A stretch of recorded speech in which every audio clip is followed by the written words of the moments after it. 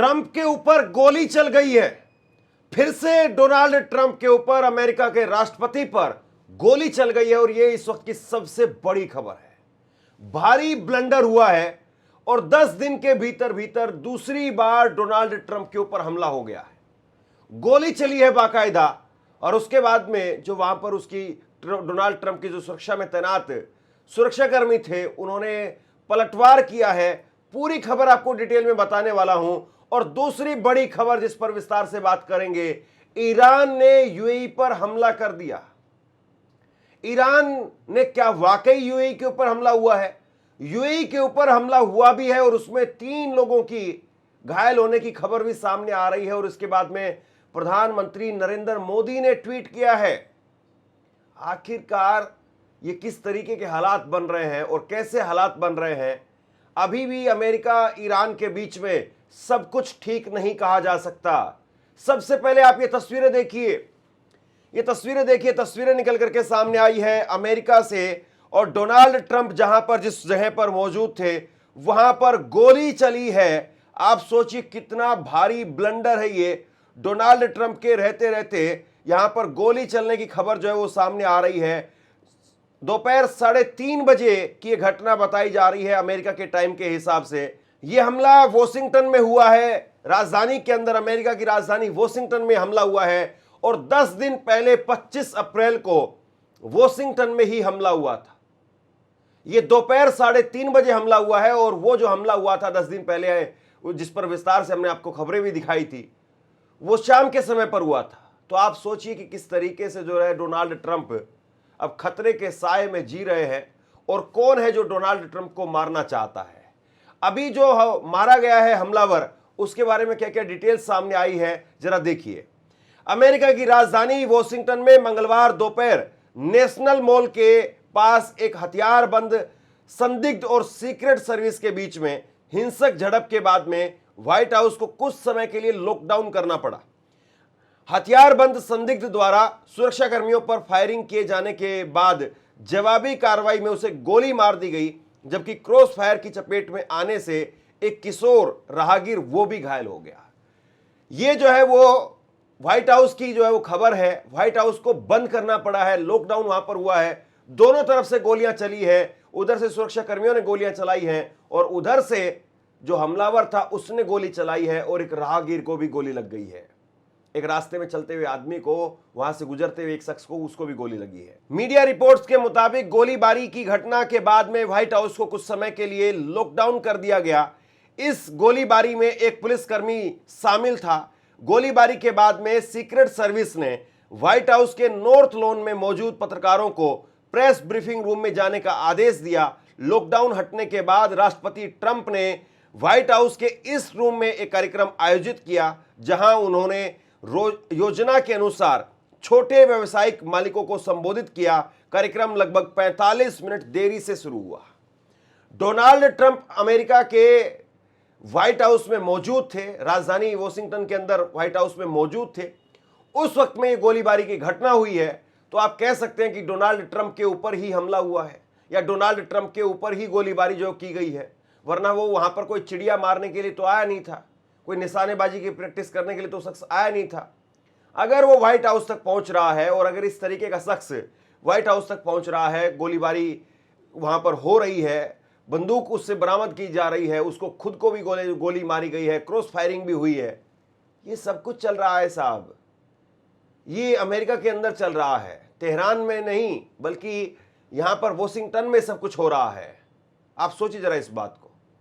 और ये कितनी बड़ी खबर है कि 10 दिन के भीतर दूसरी बार डोनाल्ड ट्रंप के ऊपर इस तरह का हमला हुआ है। उनको रोका गया, उनके कार्यक्रम को रोका गया। तकरीबन 1 घंटे के बाद में कार्यक्रम जो है फिर से शुरू हुआ है। तो बहुत बड़ी खबर है ये। और अभी वो हमलावर क्यों आया था, उसका मकसद क्या था? हालांकि जो पहला हमलावर था, जो 10 दिन पहले पकड़ा गया था, वो जिंदा था। अभी इस हमलावर के बारे में कहा जा रहा है कि ये मार गिराया गया है, क्योंकि गोली चली है दोनों तरफ से और उसको भी गोली लगी है।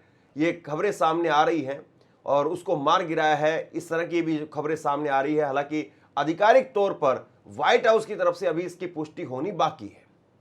अब कुल मिलाकर के आप देखिए कि किस तरह के हालात जो डोनाल्ड ट्रंप के इर्द गिर्द हो गए हैं, और डोनाल्ड ट्रंप किस तरीके से डर के साए में जी रहे होंगे। वैसे भी वो व्यापारी आदमी हैं, मस्खरी कर करके अपने आप को गुदगुदाते रहते हैं।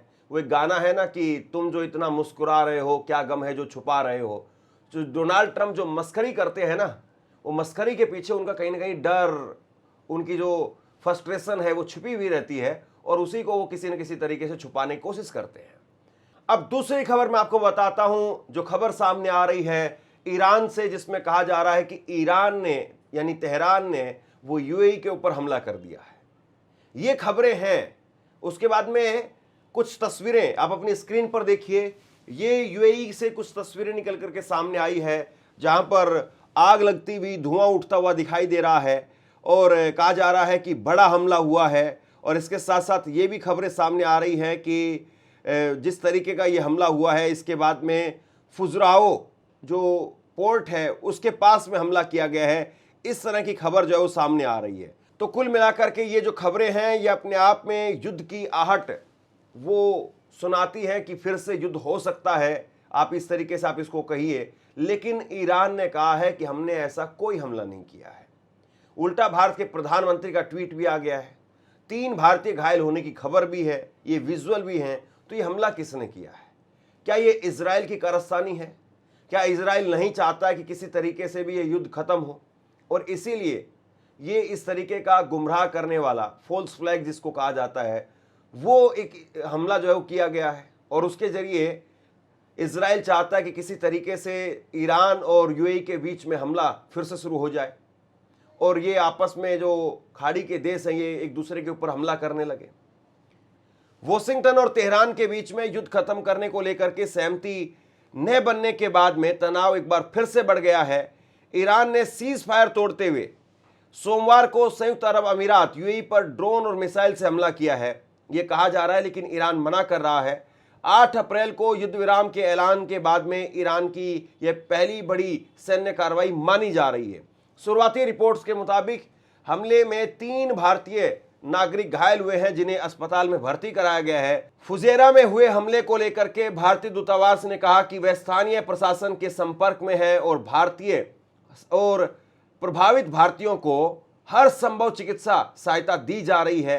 यह हमले ऐसे समय पर हुए हैं जब अमेरिका ने अपने 2 विध्वंसक जहाजों को होर्मुज से होते हुए फारस की खाड़ी में भेजा। ट्रंप ने प्रोजेक्ट फ्रीडम की घोषणा की है, जो सोमवार से शुरू हुआ है, और इसका उद्देश्य है होर्मुज को खोलना, जहाज़ों के लिए खोलना।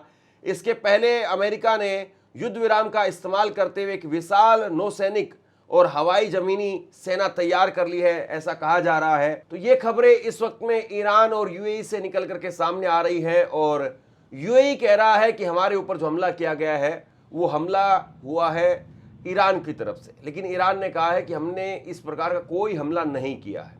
ईरान ने जब जब हमले किए हैं तब तब ईरान ने स्वीकार किया है, लेकिन अब जो ये हमला हुआ है और जिस तरीके से बड़ा हमला है, और इसको लेकर के प्रधानमंत्री नरेंद्र मोदी का ये ट्वीट आप देखिए। नरेंद्र मोदी साहब उन्होंने ट्वीट किया है, और ट्वीट करके इस अटैक को उसकी निंदा की है जो यूएई के ऊपर अटैक हुआ है, और उसमें लिखा है कि 3 भारतीय वो इसमें घायल हो गए हैं। इसको लेकर के चेतावनी, इसको लेकर के जो है वो चिंता भी व्यक्त की है अपनी। और उसके साथ साथ प्रधानमंत्री की तरफ से, नरेंद्र मोदी की तरफ से ये भी कहा गया है कि वहाँ पर जो भी क्षेत्रीय विवाद चल रहा है उसको कूटनीति के जरिए शांति के साथ में जो इसको सुलझाया जाना चाहिए। तो कुल मिलाकर के जो कुछ स्थिति अभी बन रही है, ये अपने आप में यूँ कहिए कि एक बड़े तूफान से पहले की एक खामोशी दिखाई देती है। कोई स्थायी समाधान नजर नहीं आ रहा है। ट्रंप के ऊपर बार बार हमले हो रहे हैं, तो इसके पीछे वजह क्या है? ये कहा जा रहा था कि ट्रंप ने जिस तरीके से आयतुल्ला अली खामनेई को मारा, और उसके बाद में आयतुल्ला अली खामनेई को मारे जाने के बाद में वहाँ के जो लोग हैं या खामनेई साहब को जो मानने वाले लोग हैं वो बहुत गुस्सा थे, और ये कहा जा रहा था कि ट्रंप के ऊपर कभी भी हमला हो सकता है और खामनेई के जो चाहने वाले लोग हैं वो इसका बदला लेंगे। खामनेई के चाहने वाले लोग वो अमेरिका को जवाब देंगे। तो ये इस तरह की खबरें लगातार सामने आ रही हैं, लेकिन अभी तक जो है वो ये स्पष्ट नहीं हो पाया कि जो हमलावर था वो कौन था, उसकी मंशा क्या थी, कहाँ से आया था, उसका नाम क्या था। हालांकि इससे पहले जो हमला हुआ था 10 दिन पहले, तो उसमें पता चला था कि जो हमलावर था वो अमेरिकी नागरिक था, एक टीचर था, प्रोफेसर था और इंजीनियर, और नासा में कई जगह पर उसने काम किया। और एक ऐसा शख्स जो कि इजराइल का एक तरीके से आप यूँ कहिए कि वर्दी उसने जो है वो पहनी हुई थी, तो बहुत सारी, और उसका गुस्सा जो था वो भी ट्रंप के खिलाफ था। उसने कहा था कि ट्रंप जो है वो गद्दार आदमी है, या ट्रंप बेकार आदमी है, इसको सज़ा मिलनी चाहिए। इस तरह के पोस्ट जो है उसने हमले से पहले अपने परिवार के या अपने सगे संबंधियों को किए थे, वो जानकारी अभी सामने आई थी। तो बहरहाल कुल मिलाकर के अब सवाल जो है वो ये है कि ट्रंप के ऊपर कौन हमला बार बार कर रहा है, इसके पीछे क्या कोई सिंगल आदमी काम कर रहा है, या कोई एक बड़ी टीम है, या कोई वाकई जो है वो स्लीपर सेल है जो एक्टिव हो गई है। कौन है जो ट्रंप के ऊपर बार बार हमला कर रहा है, और इस हमले के पीछे वजह क्या है? या डोनाल्ड ट्रंप खुद ही सहानुभूति के लिए और लोगों का ध्यान डाइवर्ट करने के लिए इस प्रकार के हमले बार बार करवा रहे हैं? सवाल इस बात का भी बार बार उठता है, और सोशल मीडिया पर लोग बार बार यही कहते हैं कि ट्रंप खुद ही हमला करवाते हैं, खुद ही मरवाते हैं, ताकि किसी तरीके से उनके खिलाफ जो कुछ एंटी इनकम्बेंसी है वो खत्म हो जाए। तो बहरहाल इंतजार करना होगा कि हमला क्यों हुआ था, इसके पीछे वजह क्या थी। और ईरान ने दूसरी तरफ साफ कर दिया कि हमने यूएई पर हमला नहीं किया है, तो यूएई पर आखिरकार किसने हमला किया है? ये जो दौर है, ये जो समय है, ये बहुत नाजुक है, और इस नाजुक समय में कौन आखिरकार बीच में घुस करके खेल को बिगाड़ना चाहता है, बहुत बड़ा सवाल है। आप क्या सोचते हैं, नीचे कमेंट सेक्शन में लिख करके जरूर बताइए। इस वीडियो को लाइक कीजिए और चैनल को सब्सक्राइब जरूर कीजिए। शुक्रिया, थैंक यू।